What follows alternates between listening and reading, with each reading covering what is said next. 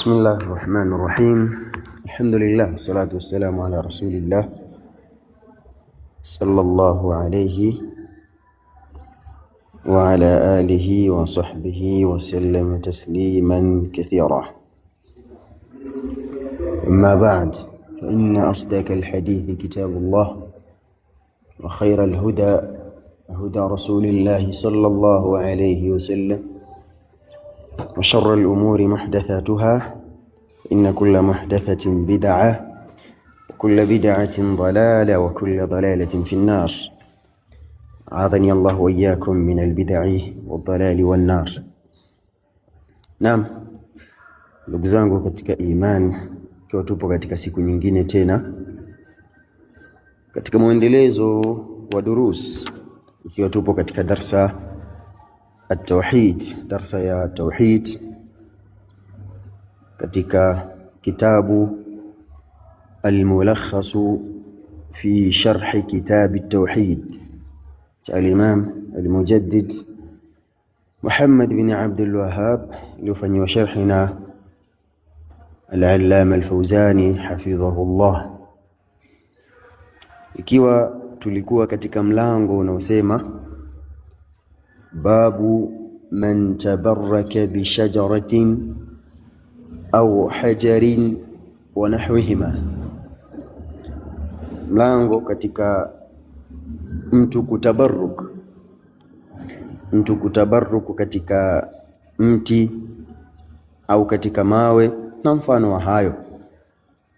Tukaweza kuangalia kwa siku ya jana, yani hao wenye kufanya hivyo katika kutafuta baraka kupitia miti, kupitia mawe, wanaotafuta baraka kupitia makaburi. Tukaweza kuona kwamba haya yote yanamuingiza mtu katika shirki, yanamfanya mtu moja kwa moja kuwa katika ushirikina, yomshirikisha Mola wake. Tukaweza pia kusimama ama tukaweza pia kusimamia katika ayati zilizokuwa katika sura An-Najm, suratu An-Najm, kuanzia aya 19 mpaka 23. Kukaweko ndani yake kunako makatazo ya watu hao wenye kuabudia ama kutegemea ama kutabarruk kupitia vitu na wakamuacha Allah subhanahu wa ta'ala. Kuanzia aya 19, afara'aytumul lata wal uzza manata thalithata al-ukhra. Tunaweza kuona haya yote kama alivyotueleza jana Sheikh al-Fawzani hafidhahullah, walikuwa wakiabudu haya yote filhali wakiwa wana itikadi usul al-barakata minha,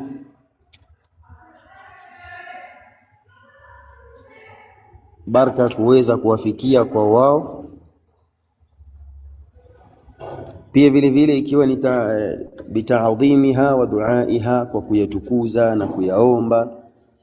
Pia vile vile tukaweza kuona kwamba yule mwenye kutabarruk kupitia makaburi, yani akaona kwamba hapa kuna mtu mwema amezikwa katika hili kaburi, basi mimi niweze kutabarruk, niweze kupata baraka kwa kushika lile kaburi, kwa kujipaka mchanga wake wa lile kaburi ama kuzunguka katika lile kaburi, basi huyu ni sawa na anayeabudia masanamu.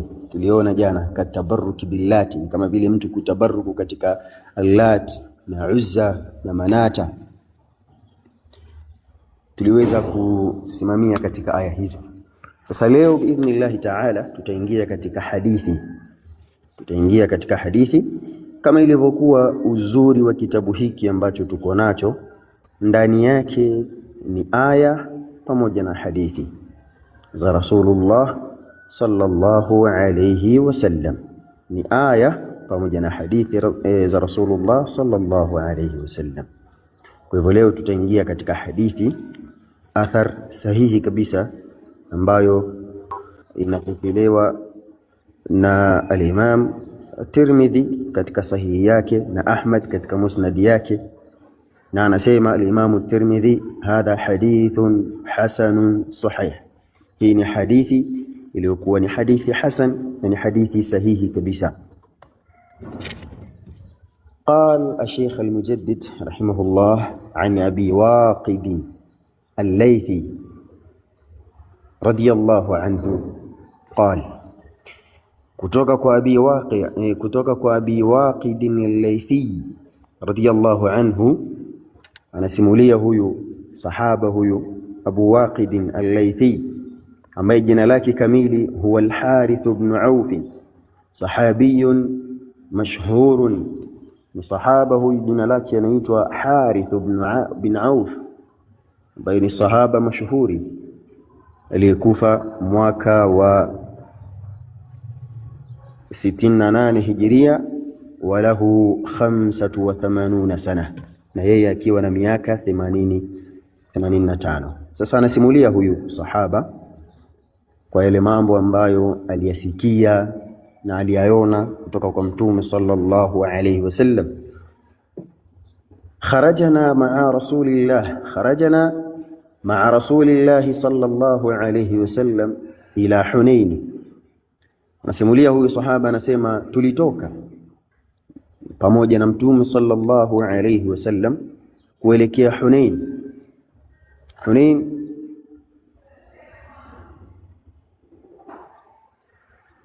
ni sehemu iliyoko katika mashariki mwa Makkah, inafahamika kwa jina la Hunain. Ndio huyu sahaba anasema tulitoka pamoja na Mtume sallallahu alayhi wasallam kuelekea Hunain, wa nahnu hudathau ahdin bikufri. Anasema huyu sahaba, wakati tumetoka na Rasulullah, sisi tulikuwa hudathau ahdi bikufri. Hudathau ahdin bikufri ay qaribun ahduna bilkufr, yani walikuwa ndio wapya waliotoka katika ukafiri wameingia katika Uislamu, yani bado ni wapya, wametoka katika ukafiri wameshaingia katika Uislamu, lakini bado walikuwa ni wapya, bimaana bado walikuwa pia na zile chembe bado za kufuru pamoja na shirki bado walikuwa nazo, kwa sababu ndio wapya tu, mwanzo wameshaingia katika Uislamu.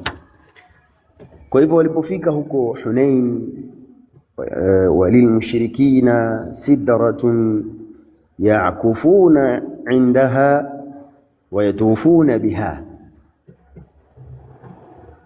aslihatahum yuqalu laha dhatu anwatin. Walipofika huko Hunain, waliokuta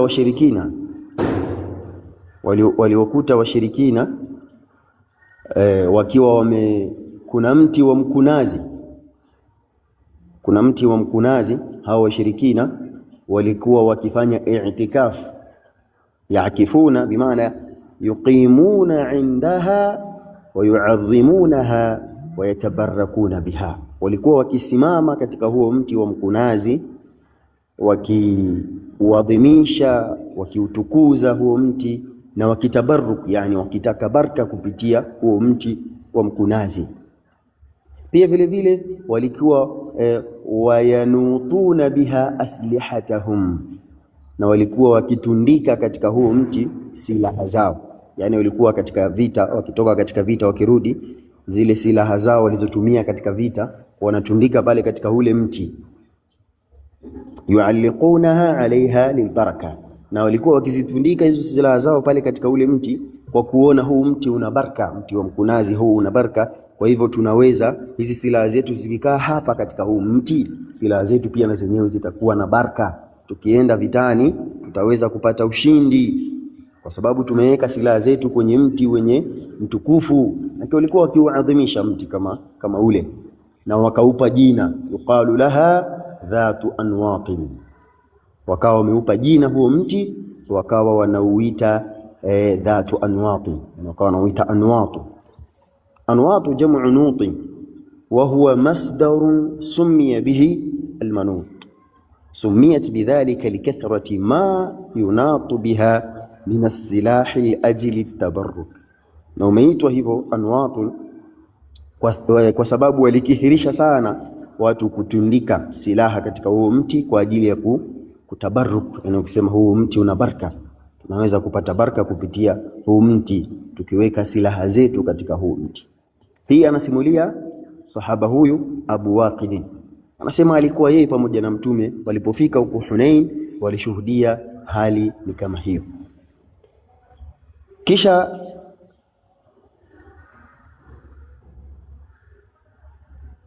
anaendelea kwa kusema famararna bisidratin,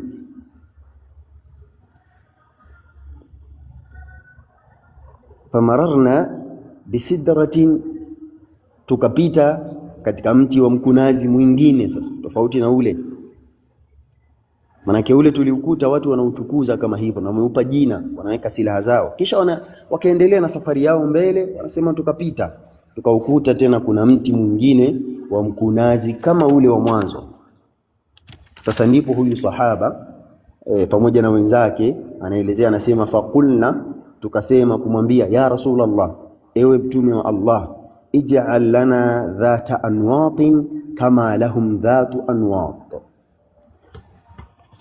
bimaana saaluhu an yaj'ala lahum mithlaha, wakamuomba mtume sallallahu alayhi wasallam awajalie ama awafanye na wao wawe na mti kama ule. Manake mbona wale wanafanya vile katika ule mti, wanatafuta baraka katika ule mti, wanaweka silaha zao pale, kwa nini na sisi tusitafute mti kama ule wa mkunazi na sisi tuwe tunaweka silaha zetu tukitabaruku pale? Manake inaonekana huu mti ni mti wenye baraka. Ndivyo walivyochukulia masahaba, wakamwambia mtume sallallahu alaihi wasallam, ij'al lana dhata anwat, tunaomba na sisi utufanyie, utuwekee na sisi mti kama huu, tuupe jina na sisi uwe anwatin kama lahum dhatu anwat, kama vile wao walipokuwa na huo mti na sisi tutafute mti mwingine. Mtume sallallahu alayhi wasallam baada ya kusikia hivi, faqala Rasulullah sallallahu alayhi wasallam, Mtume sallallahu alayhi wasallam akasema Allahu akbar, akamkabir Allah subhanahu wa ta'ala. Na hii ilikuja Allahu akbar bimaana ajallu wa a'zam, tukuza Allah subhanahu wa ta'ala, na hii ilikuja kwa sighatu taajjub, yani kwa namna ya kustaajabu, kwa namna ya kustaajabu. Hapa mbele tutaona ikiwa umeona jambo linafanywa kinyume na sheria likakushtua ukastaajabu, mtakana kuna maneno useme. Sasa baada ya kusikia mtume sallallahu alaihi wasallam ameambiwa na hivi kwamba hata masahaba hawa walio, manake hawa tunaambiwa walikuwa ni hudatha wa ahdin bil kufr, walikuwa ndio wapya wameingia, wameachana na ukafiri, ndio mwanzo wameingia katika Uislamu.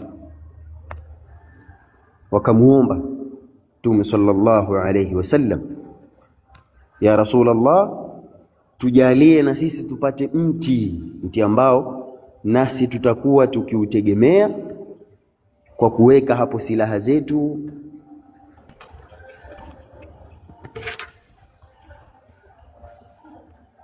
Kisha Mtume sallallahu alayhi wasallam akasema Allahu akbar.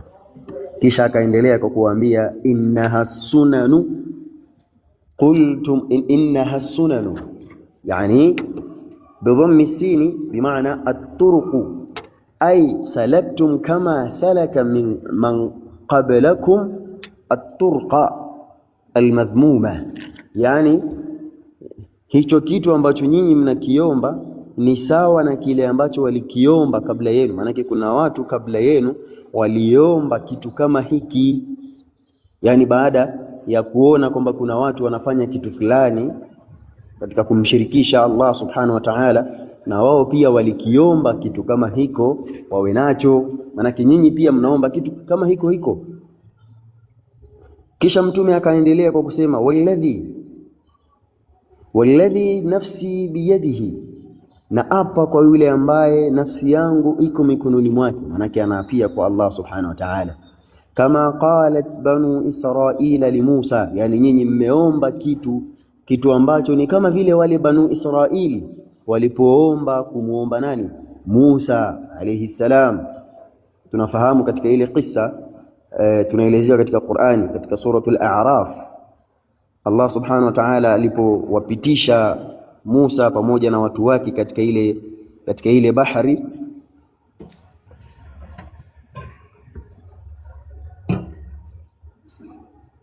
Allah subhanahu wa ta'ala alipowasaidia, alipowavusha Musa pamoja na watu wake katika ile bahari, manake tunafahamu mbele kule walipofika katika Qur'ani, ukifungua hii kuanzia aya ya 138 katika suratul A'raf, Allah subhanahu wa ta'ala anaeleza yani wajawazna bibani israila albahra faatau ala qaumin yakifuna ala asnamin lahum. Allah subhanahu wa ta'ala baada ya kuwafanya Musa pamoja na wale waliomwamini katika bani Israili kuvuka katika ile bahari, walipopita mbele walikutana na watu yakifuna ala asnamin lahum, wakawa walikuta watu wanazunguka katika lile sanamu. Bani Israili walipovuka pale, yani waliona kabisa na walishuhudia ukubwa wa Allah subhanahu wa ta'ala. Allah aliwajalia wakaweza kupita katika bahari tena kwa miguu. Bahari ilifunguka huku na huku, wakaweza kupita katikati ya bahari kwa miguu. Mbele wamemaliza kuvuka ile bahari, wakiwa wanaendelea na safari yao, walikuta watu wakawa wanaabudu sanamu, walikuta watu wakiwa wanaabudu sanamu. Kisha walipomuona yule mtu anaabudu sanamu, qalu ya Musa, wakamwambia ewe Musa, ij'al lana ilahan kama lahum aliha, hem tujalie na sisi tuwe na kamungu bana kidogo, tuwe na kaungu kakukaabudu kama vile hawa walivyojifanyia hii sanamu. Kisha Musa akawaambia, qala innakum qaumun tajhalun, na maana nyinyi ni watu wajinga kiasi gani? Watu wajinga kiasi gani nyinyi? Qala aghayra Allahi abghikum ilahan wa huwa faddalakum ala alalamin wa idh anjaynakum min ali fir'aun yasumunakum su'a al'adhabi yuqattiluna abna'akum ila al-akhir. Yani nyinyi mnaacha kumwabudu Allah subhanahu wa ta'ala ambaye alikusaidieni nyinyi akakuokoeni kutoka kwa Firaun ambaye alikuwa akiwatesa na kuwadhulumu na kuwapiga, akakujalieni mkavuka katika hii bahari. Kisha tena hapa mnaomba tena muabudu Mungu mwingine. Ni Mungu gani ambaye mnataka nyinyi muabudu?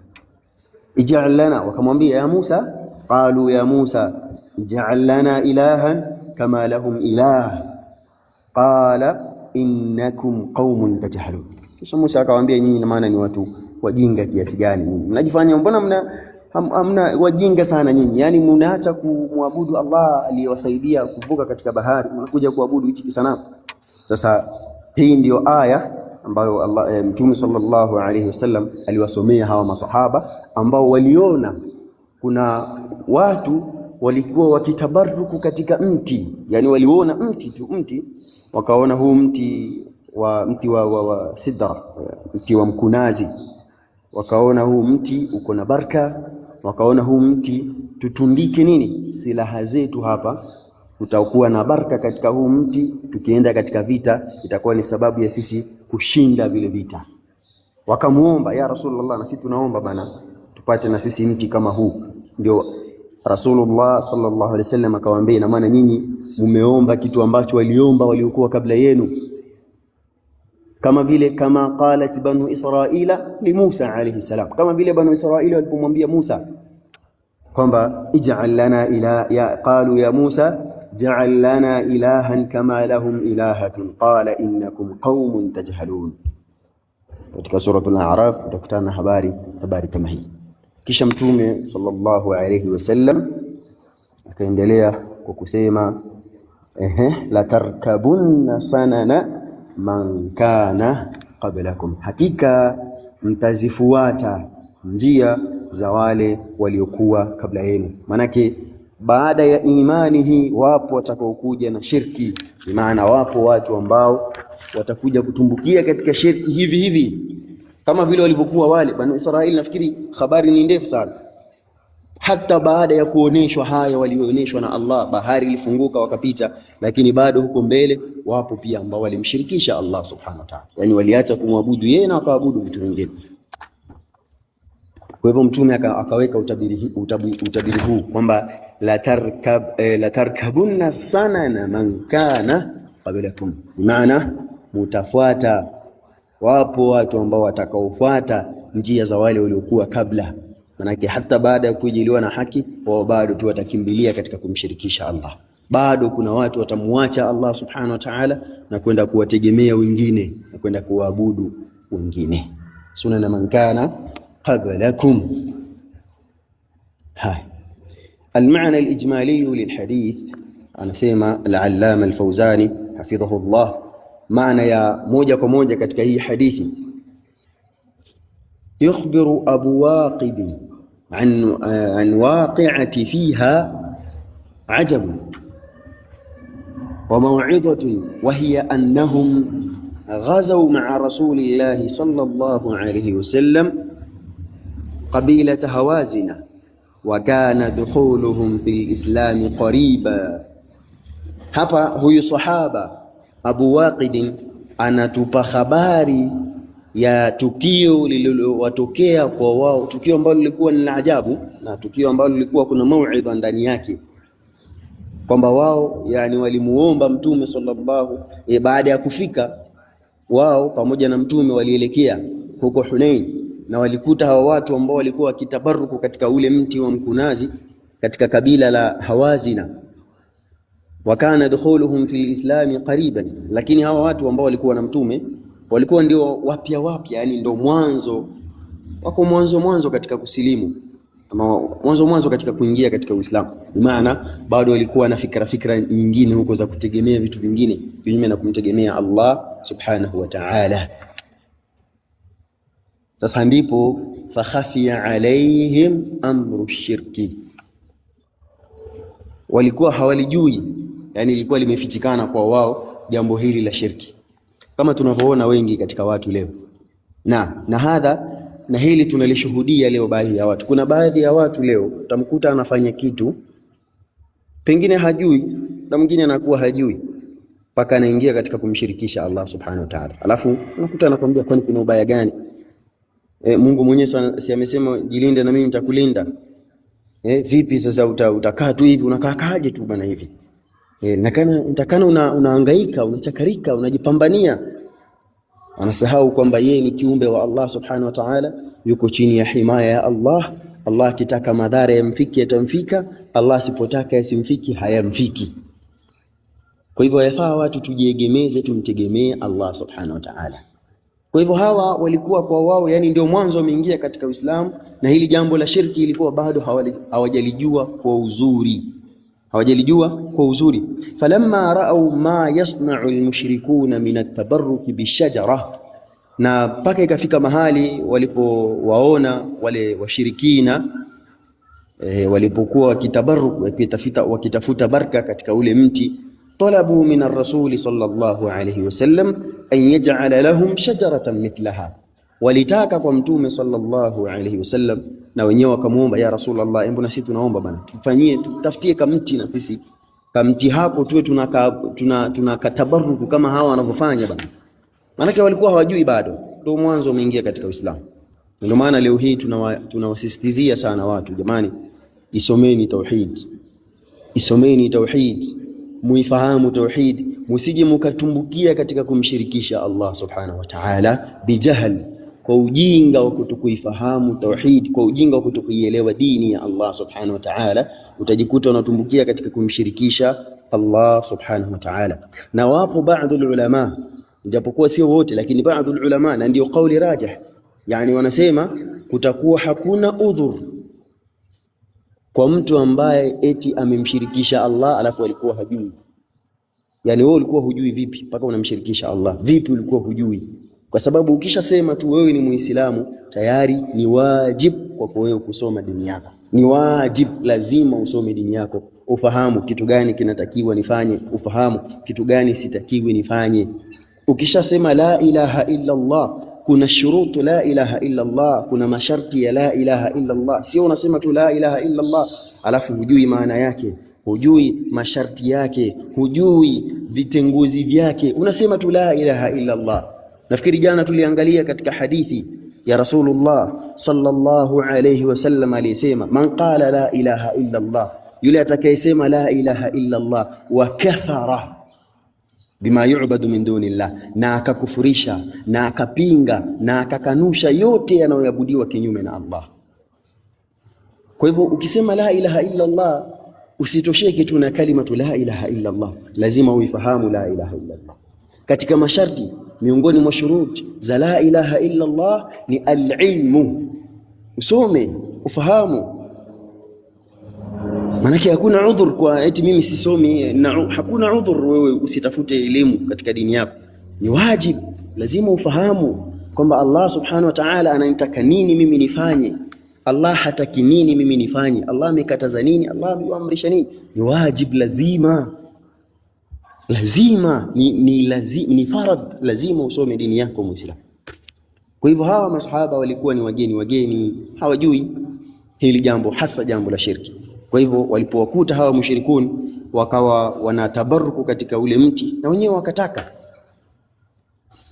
wakataka na sisi ngoja tutabaruku kidogo katika huu mti, au wakamuomba, talabu min ar-rasul sallallahu alayhi wasallam an yaj'ala lahum shajaratan mithlaha, wakamuomba Mtume, ya Rasulullah, na sisi tunaomba bana, tujalie na sisi tupate mti kama ule wa mkunazi, na sisi tutabaruku katika ule mti. Kisha baada ya hapo, fakabbara an-nabiy sallallahu alayhi wasallam istinkaran wa ta'dhiman lillah. Mtume sallallahu alayhi wasallam akakabbir, yani akaleta takbira. Baada ya kusikia hivi akasema Allahu akbar, yani bimaana hadha amrun adhim, ili ni jambo kubwa, namshirikisha Allah. Yani alileta takbira hapa katika hadithi, kama tunavyoona katika hadithi. Baada ya kuambiwa hivi, Mtume sallallahu alayhi wasallam akasema Allahu akbar, na alisema Allahu akbar, yani fakabbara an-nabiy sallallahu alayhi wasallam istinkaran wa ta'dhiman lillah wa ta'ajjuban min hadhihi al-maqala. Mtume akasema Allahu akbar, hii ikiwa ni kulikuona hili jambo halifai, yani kuchukia hili jambo halifai, kulikataza, na pia vile vile akamuadhimisha Allah subhanahu wa ta'ala.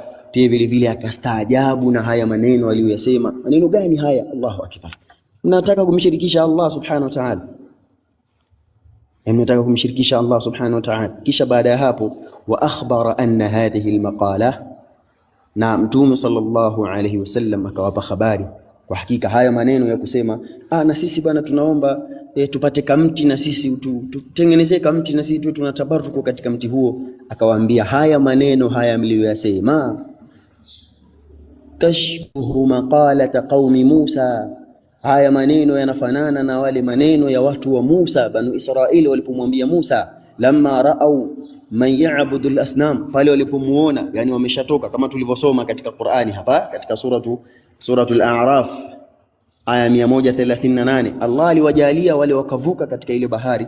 Baada ya kuvuka mbele, wakaona kuna watu wanaabudu sanamu, wakamwambia, qalu ya Musa ja'al lana ilahan kama lahum aliha, tujalie na sisi bana tupate kamungu na sisi tukaabudu kama wao walivyokuwa na kamungu kale wanakaabudu, bana na sisi tufanye, tujalie. Kwa hivyo Mtume akawaambia hayo maneno mliwasema ni sawa na yanafanana na yale maneno ya kaumu Musa, maneno ya watu wa Musa, banu Israili, walipomwambia Musa, na sisi tujalie tupate kamungu, tujalie tupate kaungu kama hao walivyokuwa na kaungu anakaabudu. Wa anna hadha, na hakika jambo hili, jarayanun ala tariqatihim, ni katika kufuata njia zao. Manake hii haifai, ni katika kufuata njia zao. Wale walimshirikisha Allah, vipi na nyinyi mnataka mumshirikishe Allah subhanahu wa ta'ala? Eti museme mnatabaruku katika mti, mnatafuta baraka katika mti. La, hiyo ni shirki. Msiwe kama wale banu Israili. Thumma akhbara sallallahu alayhi wasallam, kisha akatoa habari Mtume sallallahu alayhi wasallam, anna hadhihi al-umma, hakika huu umma wake huu, yani Mtume alitoa habari, alishatabiri tayari kwamba huu umma wake, satatba'u tariqa al-yahudi wan-nasara, watafuata ile njia ya mayahudi na manasara, watasluku manahijahum, na watatumbukia katika kufuata ile mifumo yao, watafalu af'alahum, na watafanya vile vitendo vyao walivyokuwa wakifanya mayahudi na manasara. Wa huwa khabarun, na hii ni khabar Mtume sallallahu alaihi wasallam anaitoa hapa kwamba umma wake watafika katika stage hiyo, na leo hii tunashuhudia, tunaona wengi wanatumbukia huko katika kumshirikisha Allah, katika kufur, kwa kuiga, yani wanaiga tu mambo ya Kiyahudi na Kinasara ambayo hayapo katika Uislamu. Anaona labda Nasara anakuja na jambo hili, na wenyewe wanaiga. Na subhanallah, hata tukiona hata katika haya masala ya ushoga, wal iyadhu billah, Allah tuhifadhie vizazi vyetu. na masala haya na janga hili ni watu wanatumbukia katika kuigaiga mila ambazo si za kwao, manake wanaingia katika huku. Na haya mambo alishasema Mtume sallallahu alaihi wasallam kwamba umma wake utatumbukia katika hali hiyo, kama alivyosema katika hadith, la tarkabunna sanana man kana qablakum, hakika mtatumbukia, mtafuata katika ile njia za wale waliokuwa kabla yenu, katika njia za Mayahudi na Manasara. Na hii aliitoa habari Mtume sallallahu alayhi wasallam ikiwa ni kuwatahadharisha na kuwatanabahisha umma wake na vitendo hivyo vya kuigaiga. Leo hii kuigaiga kuko kwingi sana ndugu zangu katika imani. Kuigaiga huku kuko kwingi na kumejaa mno. Watu wanatumbukia katika kumshirikisha Allah subhanahu wa ta'ala, watu wanatumbukia katika kumkufuru kabisa, kufuru. Sababu yote haya yanaletwa na nini? Kuigaiga tu. Umeona jambo linafanywa na hawa na wewe tunaingia katika kuliiga jambo kama hilo. Allah subhanahu wa ta'ala atuhifadhi. Nasallallahu as-salamata wal afia. Na tukiingia katika faida, kabla ya faida kuna munasab. Anasema al-allama al-Fawzan, munasabatu al-hadith lilbab, munasab wa hii hadithi katika huu mlango, anna fihi dalilan ala anna at-tabarruka bil ashjari wa ghayriha shirkun.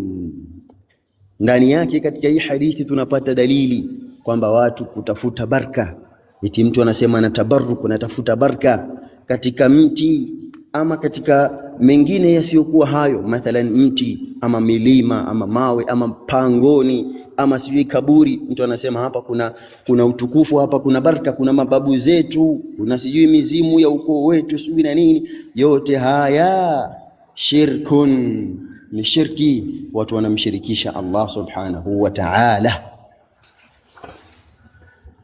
wa ta'alihi ma'a Allah. Na hii ni kumjalia kwamba kuna Mola pamoja na Allah subhanahu wa ta'ala. Hii ni kumshirikisha Allah subhanahu wa ta'ala na kumfanya yeye akuna na mwenza. Wal billah. Allah subhanahu wa ta'ala tuweke mbali na hili dhambi la shirki. Ma yustafadu min alhadith, faida tunazozipata na mafunzo tunayoyapata katika hadithi hii. Faida ya kwanza, anna at-tabarruka bil ashjari shirkun wa mithluha al-ahjar wa ghayruha. Hakika kutabarruku, kutafuta baraka katika miti shirki, na mfano wa hivyo pia hata katika mawe na makaburi na mengineyo, mfano wa hayo pia bado watu wanaingia katika kumshirikisha Allah. Nafikiri tunashuhudia leo hii dunia ya wazi, tunashuhudia watu wanavyotabarruku katika makaburi. Manake zamani ilikuwa watu wakiambiwa ni vitu ambavyo haviingia akilini, ama mtu anaweza asiamini. Vipi mtu anatabarruku katika kaburi? Yani mtu anatafuta nini katika kaburi? Naenda pale. Lakini leo hii ulimwengu wa wazi, mambo yanaonekana wazi kabisa. Unaona kabisa wale pale watu wanatabarruku katika kaburi, katika miti. Mtu anazunguka miti, anaukamata mti, anaubusu mti ambao hauwezi, yani Allah subhanahu wa ta'ala akisema ije jua hapo uje ukame, huo mti hauwezi kujisaidia, lazima na wenyewe utakauka. Hata mtu aje hapo na shoka lake asema anaukata huo mti, hauwezi kufanya chochote wala hauwezi kujisaidia. Lakini watu eti ndio wanaenda wanazunguka kwenye ule mti, wanaushika ule mti, mti una baraka huu. Wallahi alazim, watu wanaingia katika kumshirikisha Allah subhanahu wa ta'ala. Vitu hivyo havina manufaa yoyote, wala havina madhara yoyote, wala havina usaidizi wa aina yoyote. Usaidizi mzuri, msaada mzuri, tiba nzuri iko kwa Allah subhanahu wa ta'ala. Watu wamtegemeeni Allah. Huko ndiko kwenye kufaulu, huko ndiko kwenye manufaa, huko ndiko kwenye kinga iliyokuwa bora. Hapa juzi katika darasa niliuliza, kuna wale watu ambao wanatumia eti hirizi kujikinga, wanajipaka mikaa katika nyuso zao kujikinga, ama wanaoga na maji ya magadi eti ndio kinga, ama kuna hii uzushi ama upuuzi ambao ulizuka hivi majuzi wa kushikwa bega, eti ukishikwa bega zinapotea. Tukaona watu wanavaa raba bendi mikononi na pini na ndulele. Hasa hivi vyote kweli vinaweza vikakulinda? In aradani Allahu bidhurrin hal hunna kashifatu dhurri au aradani birahmatin hal hunna mumsikatu rahmati? Vinaweza kweli hivi? Haya, na ni kipi bora, ulinzi wa Allah subhanahu wa ta'ala ama ulinzi wa hirizi? Ni upi ulinzi ambao ni bora? Na hizi ni fikra potofu watu wengi wako nazo. Eti Mungu naye anasema jilinde na mimi nitakulinda. Mungu amesema wapi? Wewe unaweza kujilinda wewe? Allah subhanahu wa ta'ala akikutakia madhara ya kufike, unaweza kuyakwepa? Unaweza kujilinda? Hakuna anayeweza kujilinda, ila tunalindwa na Allah subhanahu wa ta'ala.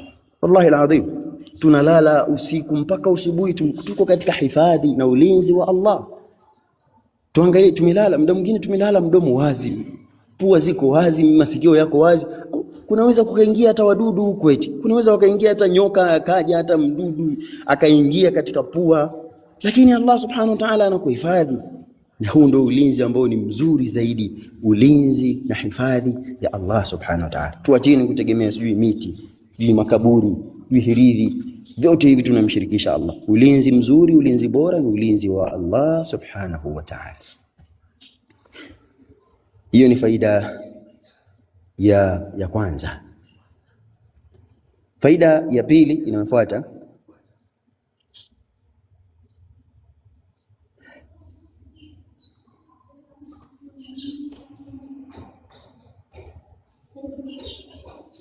أن المنتقل من الباطل الذي اعتاده لا يؤمن أن يكون في قلبه بقية min tilka al'ada.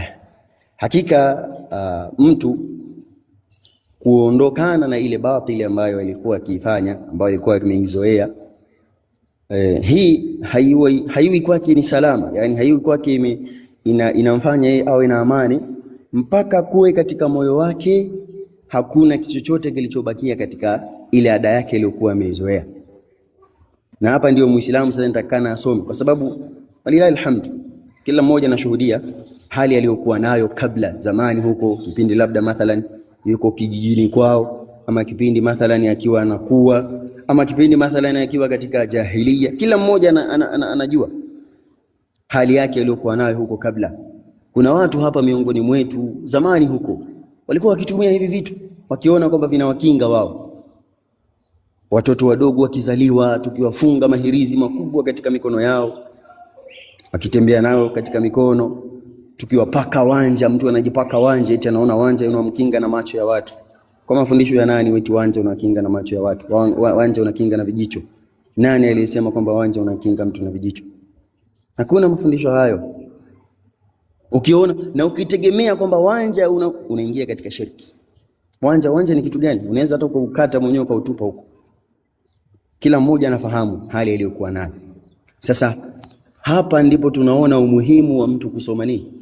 Umuhimu wa mtu kuisoma tauhid, kwa sababu itaweza kukusafishia zile kutukutu ambazo ulikuwa nazo, ule uchafu ambao ulikuwa nao. Tunafahamu hata wale watu ambao walikuwa ni watu wa maulid zama hizo, watu kisherehekea maulid, kipiga ngoma zile maulid, tukicheza na nini, mpaka leo bado kuna mtu unaweza akasikia kidogo ile na yeye akapitishia katika mdomo wake akaimba. Kama ni kuimba hata ukipewa dufu unajikumbushia kidogo.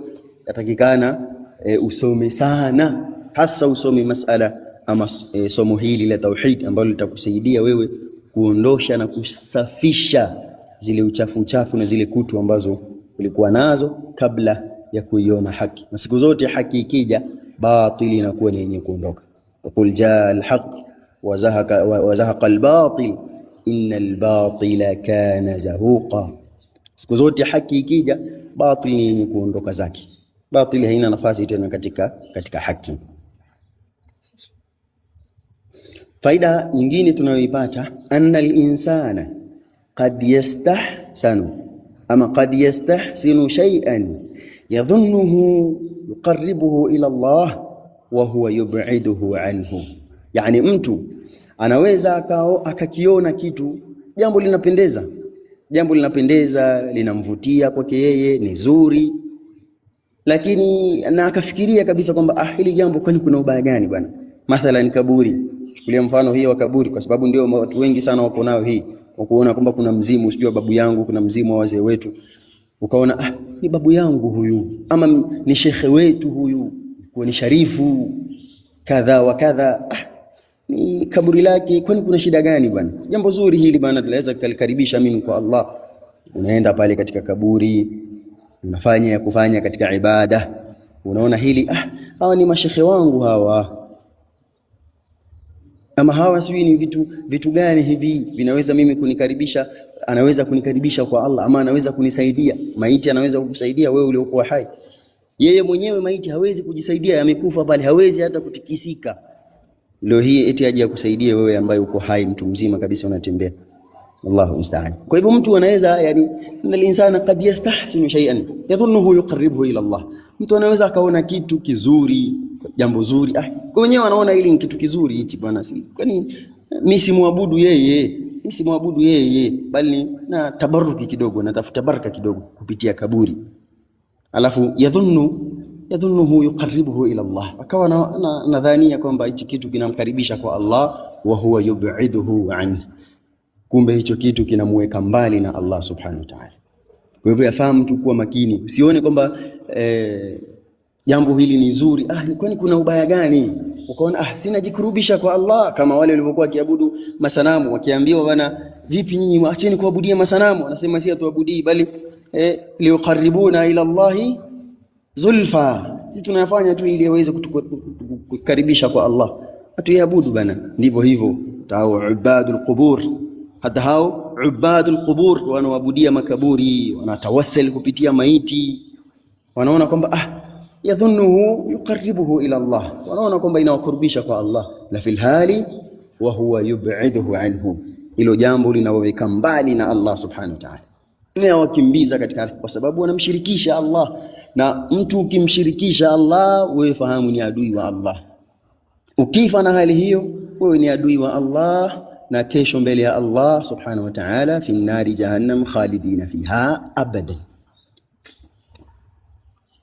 Naam, kwa hivyo kuna umuhimu sana watu kuwa makini na kufahamu na kuweza kusoma na kuweza kujua ipi shirki ambayo ndiyo iliyokatazwa, ambayo ndiyo dhambi kubwa zaidi mbele ya Allah, ili tuweze kuiepuka, wala hata tusikurubie, tuwe mbali nayo hiyo dhambi la shirki. Faida nyingine tunayopata, annahu yanbaghi lilmuslim an yasbiha wa yukabbira idha sami'a ma la yanbaghi an yuqala fi ad-din wa 'inda at-ta'ajjub. Yani ni sunna inampasa muislamu pindi anaposikia kitu ambacho hakifai kutajwa ama kusemwa kitu hicho katika dini. Mathalan, ukasikia masala kama haya, watu wanategemea hirizi, ama watu wanaabudia makaburi, ama watu wanafanya chochote kile ambacho haifai hayo mambo katika dini, basi wewe natakani ni sunna an yusabbiha wa yukabbira, usema subhanallah, yani kama vile kustaajabu jambo hili na kumtakasa Allah subhanahu wa ta'ala, kama alivyofanya Mtume sallallahu alaihi wasallam. Katika hii hadithi tumepata kuona hapa, Mtume baada ya kuambiwa na hawa watu kwamba na sisi hebu tufanyie, tuwe na mti, huo mti na sisi tu tunatabaruku katika huo mti, Mtume jambo la kwanza alisemaje?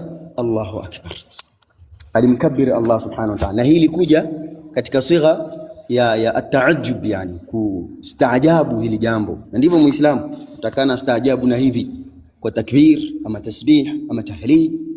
Sio Muislamu na staajabu mama yangu, mama baba, si katika sifa za Uislamu, katika masala ya kushangaa ama kushtuka ama kustaajabu. Hivyo kadhalika Muislamu unaweza ukawa unatembea barabarani, mathalan umejikwaa ama unakula chakula ukajingata, kuna mambo ya kufanya wewe kama Muislamu. Kuna wengine subhanallah, ukijikwaa hapa toa tusi la tari, nani ananisema huyu mjinga mpumbavu ananisemaje tusi, lakini la, Uislamu unatufundisha kama vile alivyokuwa Mtume sallallahu alaihi wasallam alikuwa akipatwa na masala haya, kuona jambo lilasemwa katika dini ambalo halifai, yani la yanbaghi an yuqala fi din, halifai, anasemaje? Anasema Allahu akbar, ama anasema subhanallah, ama la ilaha illa Allah. Wa 'inda at-ta'ajjub, na wakati wa kustaajabu ama wa kushangaa ama wa kushtuka, usiishie tu kubaki mdomo wazi hivi, unashangaa eti mdomo wazi tu umebaki mdomo wazi, la, subhanallah ama Allahu akbar. Naam, hakadha. Faida nyingine tunayoipata, al-ikhbaru an wuqu'i ash-shirki fi hadhihi al-umma wa qad waqa'a. Allahumma musta'an. wallahu almusta'an. Mtume sallallahu alayhi wasallam alitoa habari hapa kwamba umma wake kutatokea shirki na itaenea shirki, na leo hii tunaona qad waqa'a, imeshatokea tayari. Allahu akbar, imeshatokea tayari. Zamani watu walikuwa kidogo wakifanya siri siri, wakificha ficha katika yale mambo yao ya kishirikina, ya uganga, kumshirikisha Allah, mambo maovu na machafu, mambo ambayo watu walikuwa tukisikia tunashtuka. Lakini leo hii wanayatangaza kabisa, hasa huko katika social media. Jamani, hamkutani nayo hayo? Mtu anaenda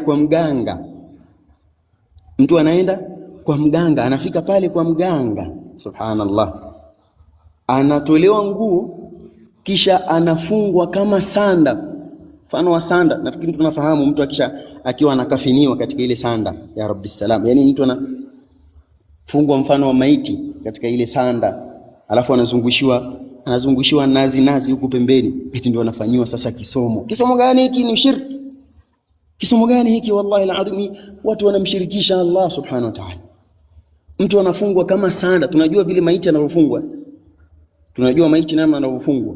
Sasa ndivyo na yeye anavyofungwa vile vile, sanda kabisa, anafungwa vizuri, kisha analazwa pale chini, anazungushiwa eti vinazi huku pembeni, alafu mganga pale amesimama anafanyia dua. Kama ni mwanamke ni mwanaume, amelazwa pale chini, wallahu musta'an, anaanza kufanyiwa dua, eti anazungushiwa eti kinga hii, tunakuwekea kinga hapa. Vinasomwa vitu hata havieleweki, wallahi la vitu hata havijulikani vitu gani vinasomwa. Mtu amefungwa kama sanda, anafanyiwa eti kisomo hiki, mtu hapa hawezi kukugusa tena. Nani amekudanganya hivyo? Nani wewe amesema eti huwezi kuguswa tena? Qul afara'aytum ma tad'un min dunillah in aradani Allahu bidhurrin hal hunna kashifatu dhurri aw aradani birahmah hal hunna mumsikatu rahmatihi. Ikiwa Allah subhanahu wa ta'ala akitaka mimi nipatwe na manfaa na neema na afya na uzima, kuna ambaye anaweza kuzuia? Ama kuna kitu chochote kati ya hivyo vinaweza kuzuia rehema ya Allah? Au Allah subhanahu wa ta'ala akitaka mimi nifikwe na madhara, nani anaweza kuyazuia hayo madhara? Lakini eti leo hii mtu anaenda pale anafanyiwa ushirikina kama huu, anafungwa kama sanda, eti hii ndio kinga tunakuwekea hapa. Hakuna anayeweza kukugusa, hakuna mchawi yoyote anaweza kukaribia wewe. Unafanyiwa ushirikina, umemshirikisha Allah subhanahu wa ta'ala. Kuna uhusiano gani wewe wa kuwekewa sanda kama maiti? Yani wewe ni maiti na kweli ni maiti, yani huyu mtu yafaa kweli ni maiti, aletewe takbira 4 tu. Maana sasa ni kama maiti, ni mtu hai lakini ajielewi. Wewe unafanyaje hivi kama wallahu almusta'an. Na haya mambo yapo jamani, hamuyaoni huko katika mitandao? Zamani kidogo watu walikuwa wakijificha shiriki zao, wale waganga walikuwa wanajificha, lakini leo hii don't care, wenyewe wanasema hawaogopi chochote. Shirki inafanyika wazi kabisa. Kama ni kumshirikisha watu, wanamshirikisha wazi kabisa bila hofu, tena wanaitangaza ile shirki. Wallahu almusta'an. Allah subhanahu wa ta'ala tuhifadhi. Nas'alullah as-salamata wal afiyah.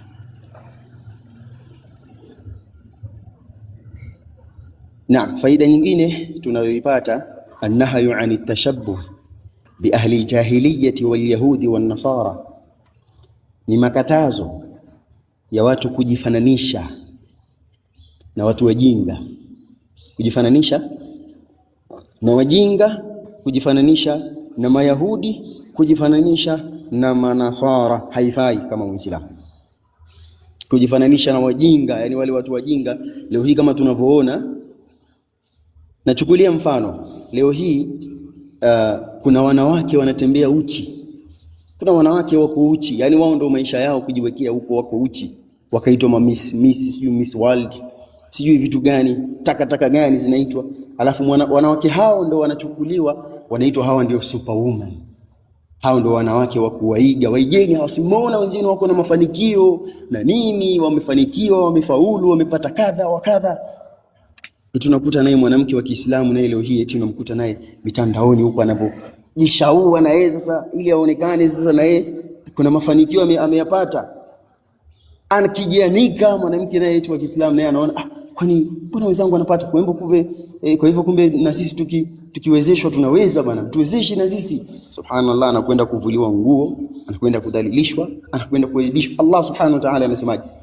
waqarna fi buyutikum wala tabarrujna tabarruj aljahiliyyah alula, msikae kuiga mambo ya kijinga. Kwa hivyo annahyu an tashabbuhi bi ahli aljahiliyyah, makatazo ya kuwaiga hao watu wajinga. Nyinyi mkaona eti mbona hao watu fulani wanafanya, kumbe ni vitu vya upuuzi tu na nyinyi eti mnaiga. Na huku ndio watu wengi huwa wanaangamia kwa kuiga tu. Tunaletewa mila ambazo si za kwetu, kwani tunaiga tu. Tunachukua na sisi tunaiga mila za Kiyahudi, tunachukua na sisi tunaiga mila za Kinaswara, na sisi tunachukua tunaiga tu, bila kuona kwamba pia hizi Waislamu tuko na mila zetu, tuko na mafundisho yetu yaliokuwa mazuri kabisa, yaliokuwa mazuri wallahi. Na tukiangalia mafundisho ya Uislamu, hayatakaa kutokea mafundisho mazuri zaidi kuliko mafundisho ya Uislamu. Hata wakae dunia nzima waseme tunatafuta sijui kitu ambacho kitakuja kuzidi mafundisho haya ya Qur'ani ama mafundisho ya Uislamu, hakuna mafundisho yatakayokuja yawe mazuri zaidi kuliko mafundisho ya Uislamu.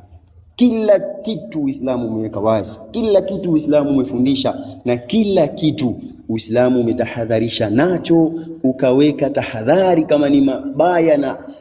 Na wallahi hakuna kitu ambacho Uislamu umetukataza sisi ila kitu hicho kina khairi ndani yake. Wewe chunguza mambo yote ambayo Uislamu umetukataza sisi kama Uislamu tusiyafanye, mambo hayo yote yana khairi na sisi. Na pia vile vile mambo yote yale ambayo sisi Uislamu umetuambia tufanye, umetuamrisha tufanye, mambo hayo yana khairi kwetu. Lakini mambo yote ambayo Uislamu umetukataza, hayo mambo yana shari. Hakuna mafundisho mazuri yatakayotokea kuzidi mafundisho ya Uislamu. Alhamdulillah ala ni'mati alislami was sunnah, kwa sababu tupo katika sehemu ambako mwenyewe tu Muislamu aamue sasa mimi sitaki. Mwenyewe tu Muislamu aamue sasa mimi sitaki. Kama ni hii gari ama sitaki, mimi nashuka hii, nyie nendeni wenyewe. Kila mmoja sasa, lakini sote tupo katika sehemu ambapo ni sisi tu kukaa kutekeleza maamrisho ya Allah subhanahu wa ta'ala na kuacha makatazo ya Allah subhanahu wa ta'ala, kwa kufuata mwenendo sahihi wa mtume wetu Muhammadin sallallahu alayhi wasallam. Faida ya mwisho tunayoipata kwa siku ya leo, anna al-i'tibara fi al-ahkami bil maani la bil asma, lianna an-nabiy sallallahu alayhi wasallam ja'ala طلبتهم كطلبة بني إسرائيل ولم يلتفت إلى كونهم سموها ذات أنواط. hawa masahaba ambao walimuomba mtume sallallahu alayhi wasallam na wao wawe na mti ambao watakuwa wakitabaruku kupitia mti huo, walivutiwa sana baada ya kuona ule mti mpaka umepewa na jina, kama tulivyoona katika hadithi. Ule mti ambao walikuwa wakitabaruku, yani wakitafuta baraka, hapo waliupa jina yuqalu laha dhatu anwatin, wakaupa jina zuri kabisa. Kwa hivyo ibra haipo katika majina, yani kitu kikawa ni cha haramu ama kitu kikawa hakifai, alafu hata tuite majina mazuri kiasi gani, kile kitu bado kitabaki hakifai. Walitaka na sisi bana tupatiwe mti na sisi tunauna nini, tuite na sisi dhatu, tuite na sisi kama vile wao walivyoita dhatu anwatin, jina zuri hili na sisi tuupe mti. Kama vile tunaona hawa watu walivyotengeneza haya masanamu wakayapa majina Lata, Manata, Uzza, wakaita majina mazuri, wakaona eti majina mazuri haya. Ibra ama hukumu haiangaliwi katika hayo majina, bali inaangaliwa ile asili ya jambo, kwamba jambo hili halifai ni halifai. Hata muliite jina zuri, pombe hii ni haram, hata iitwe sijui kinywaji baridi, sijui iitwe sijui kitu gani, sijui majina yanakuja mazuri, lakini pombe ni haramu, itabakia kuwa ni haramu. Haiangaliwi jina lake sijui ni zuri, haiangaliwi sijui kitu gani ni kizuri, bali inaangaliwa asili ya jambo. Hili ni haram, hata mubadilishe majina muite nini, bado itabakia katika ule uharamu. Hata hawa maswahaba walipotaka na sisi bana tupate kisanamu, tupate na sisi mti, huo mti na sisi tutabaruku hapo, na sisi tuite hilo jina na sisi zuri zuri kama hawa walivyoita la kwao jina zuri, na sisi tuite la kwetu jina zuri. Mtume sallallahu alaihi wasallam akawakataza na jambo hilo na kuwaonesha kwamba hili ni shirki, nataka kumshirikisha Allah kama walivyofanya wale Banu Israil kumwambia Musa alayhi salam, qalu ya Musa ij'al lana ilahan kama lahum aliha, hebu na sisi tufanyie tuwe na kaungu kama na vile hao wao walivyokuwa na Mungu, na sisi tutafutie kaungu tukaabudu, yani kasanamu, na sisi tutafutie kasanamu kawe kama kamungu ketu tukaabudu kama vile wao walivyokuwa na sanamu hilo la kuabudu. Naam, mpaka kufika hapa mimi sitakuwa na la ziada tena, naktafi bihadha alqadar, tutaishia hapa kwa kadari yake Allah subhanahu wa ta'ala. Niseme tu Allah atujalie kuwa min alladhina yastami'una alqawla fayattabi'una ahsana, miongoni mwa wale wenye kusikiliza maneno yake yaliyokuwa mazuri na kuyafanyia kazi. Kesho biidhnillah ta'ala tutaingia katika mlango mwingine katika masala ya kuchinja. Sasa masala ya kuchinja, je, kuchinja yafaa iwe vipi, na kuchinja kwa nini, na yafaa achinjiwe nani? Na kilo hii tunaona kienda kwa mganga unaambiwa lete kuku mweusi, lete bata wa blue, sijui lete mbuzi wa kijani. Tutakuja kuona kesho katika masala ya kuchinja, babu ma jaa fi dhabhi li ghairi Allah. Tulikuwa tukielezea masala ama mlango wa at-tabarruku ama at-tabarruka, bab man tabarraka. Naam, ilikuwa babu man tabarraka bi shajaratin au hajarin wa nahwihima, mlango wa kutabarruk, yani mtu kutafuta baraka kunako miti au mawe au mfano wa haya. Mpaka kufika hapa sitakuwa na la ziada tena. Barakallahu fikum wa jazakumullahu khair. Wassalamu alaykum wa rahmatullahi wa barakatuh.